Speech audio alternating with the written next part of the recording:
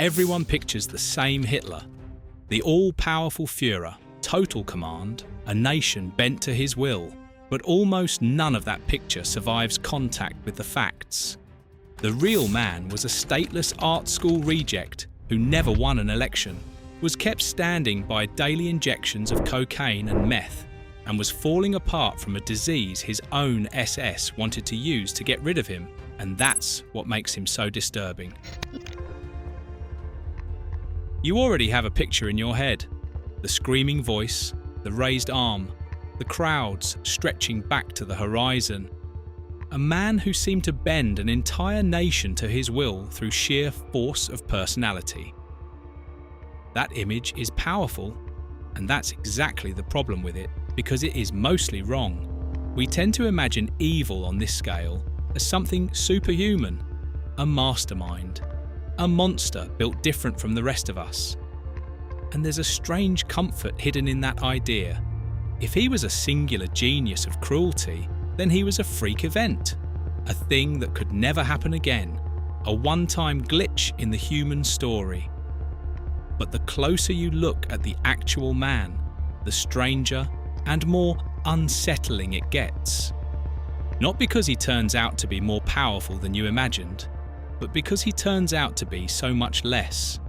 An accident, a drifter, a patient, a body slowly shutting down while the people around him watched, weighed their options, and waited.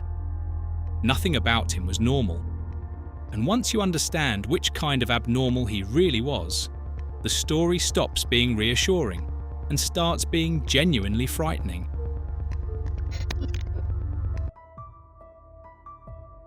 Start with the part almost nobody gets right.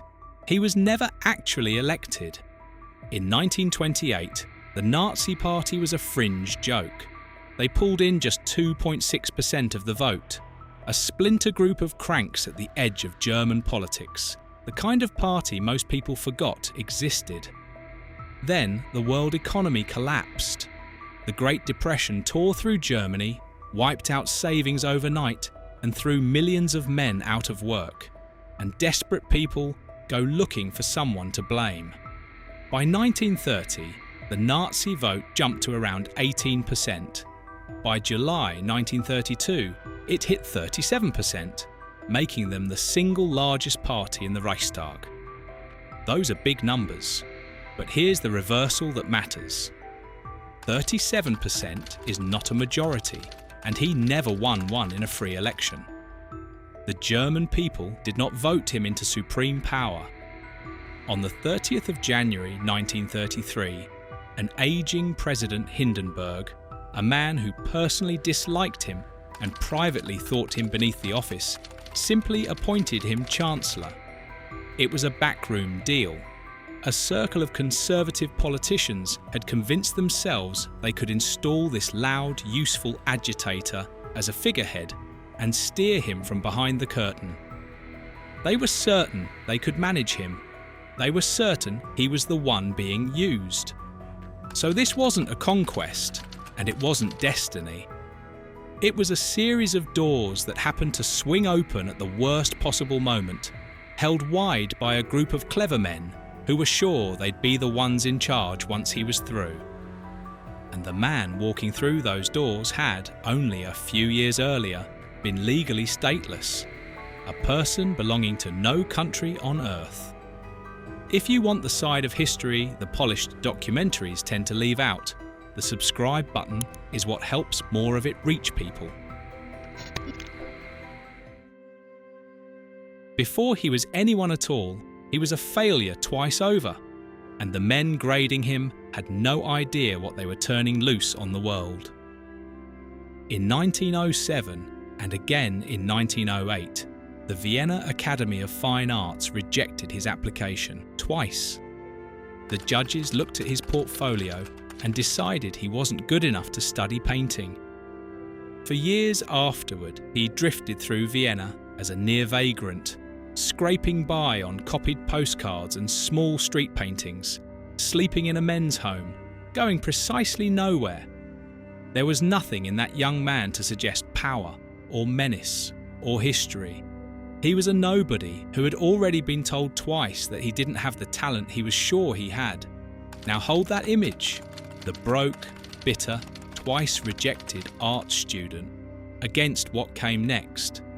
His book, Mein Kampf, turned him into one of the richest authors in the entire country.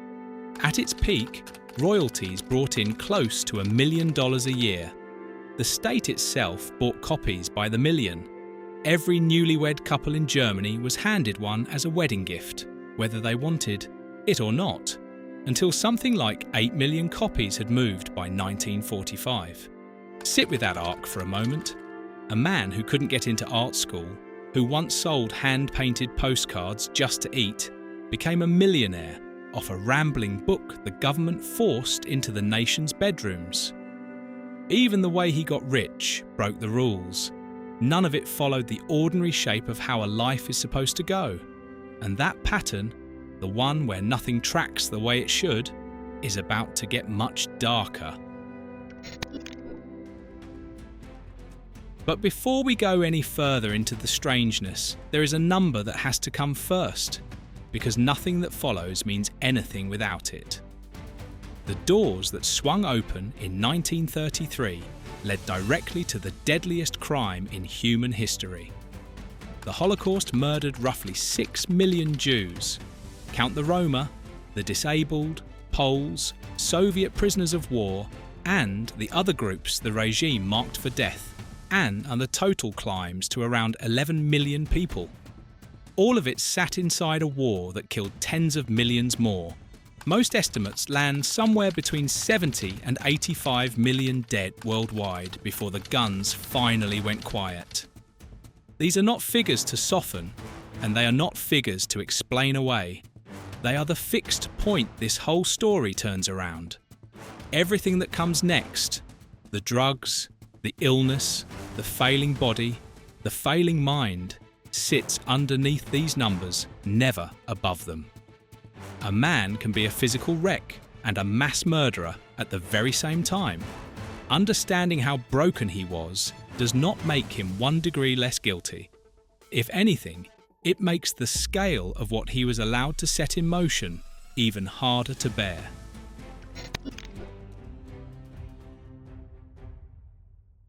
The German public was sold a very specific image of this man, and it was a lie built on purpose, brick by careful brick.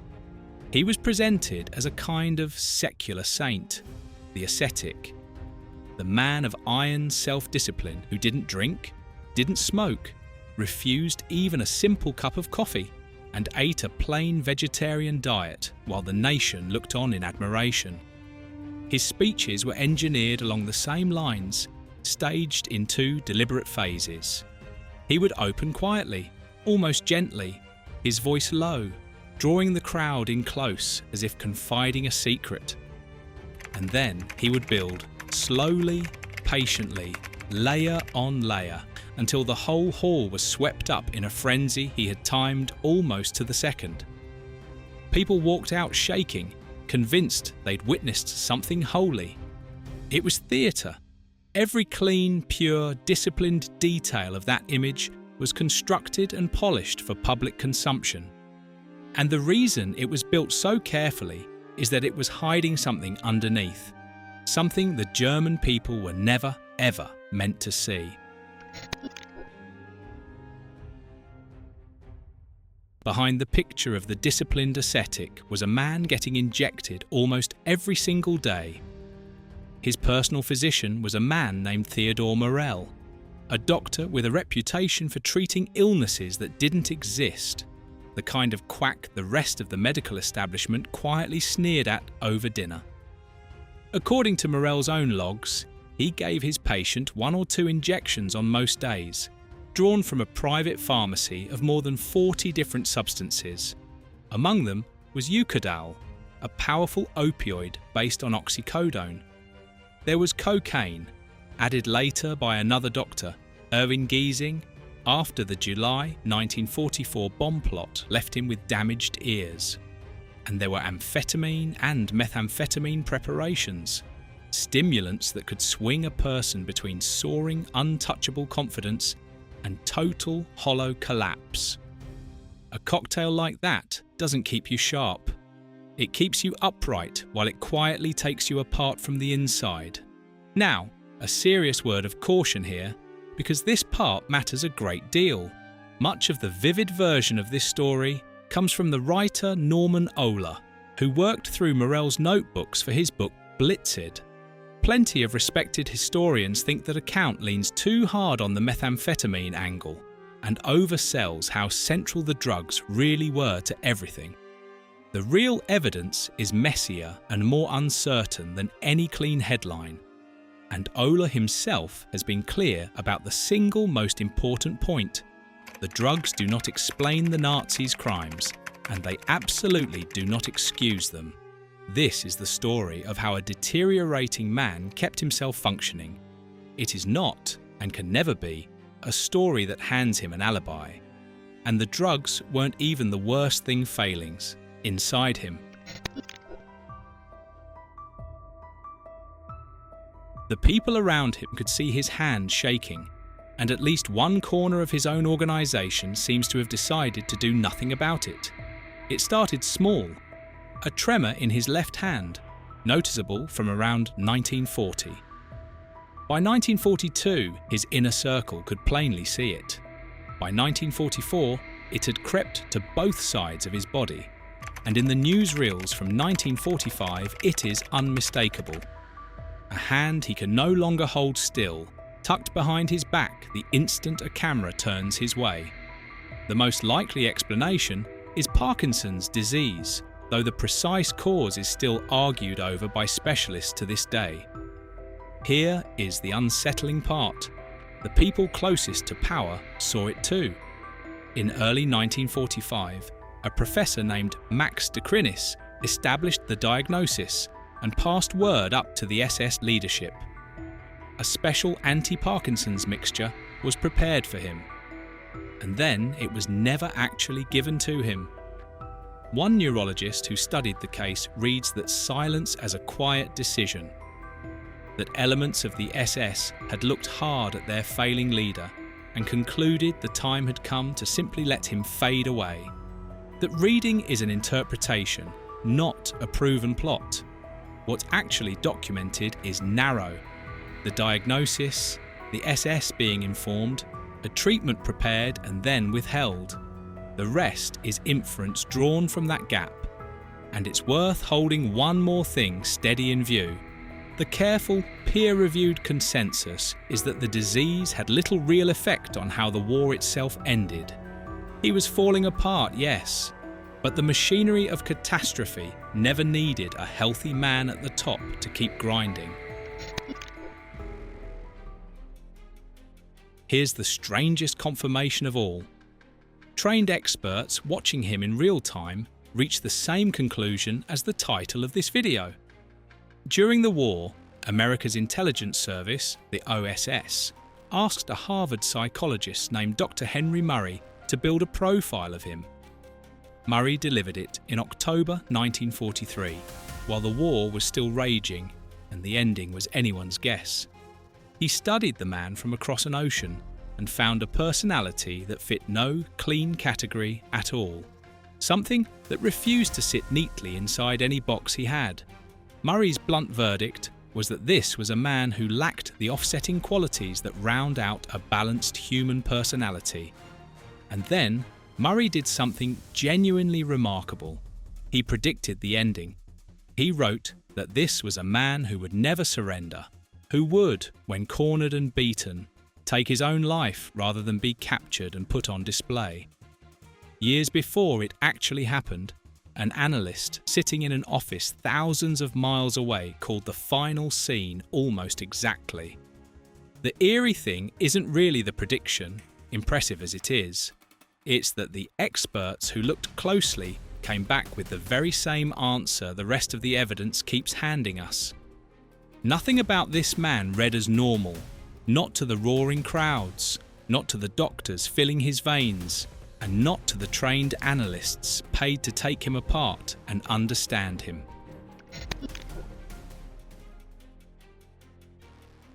The man who couldn't keep his own hand still finally ran out of doors to walk through. On the 30th of April 1945, with Soviet troops fighting toward the centre of Berlin Street by Burning Street, he died in the bunker beneath the city, aged 56.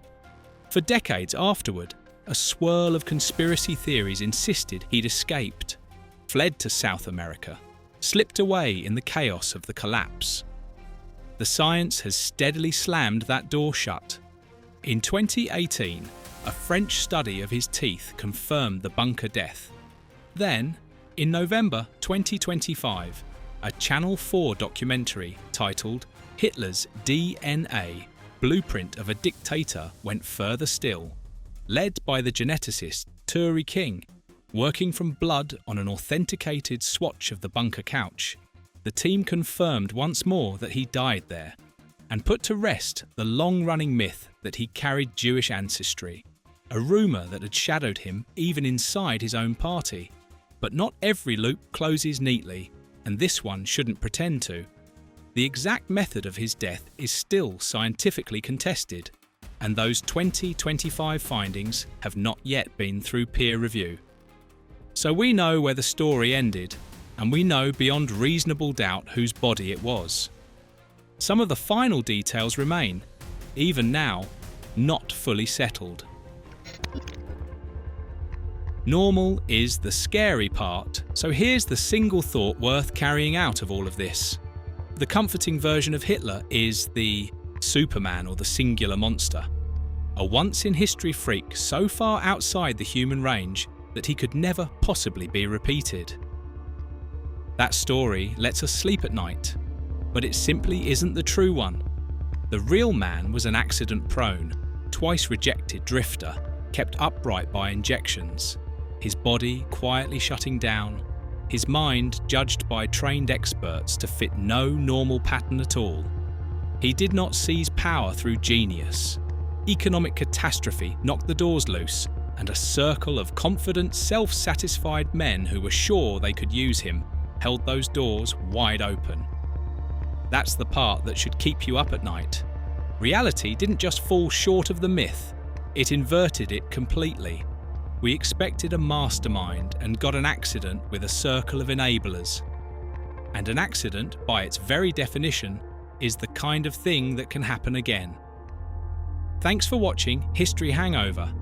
If you found this video insightful, check out our other deep dives into the figures, regimes, and dark corners of the 20th century. Like this video, subscribe, and hit the bell so you don't miss our next upload.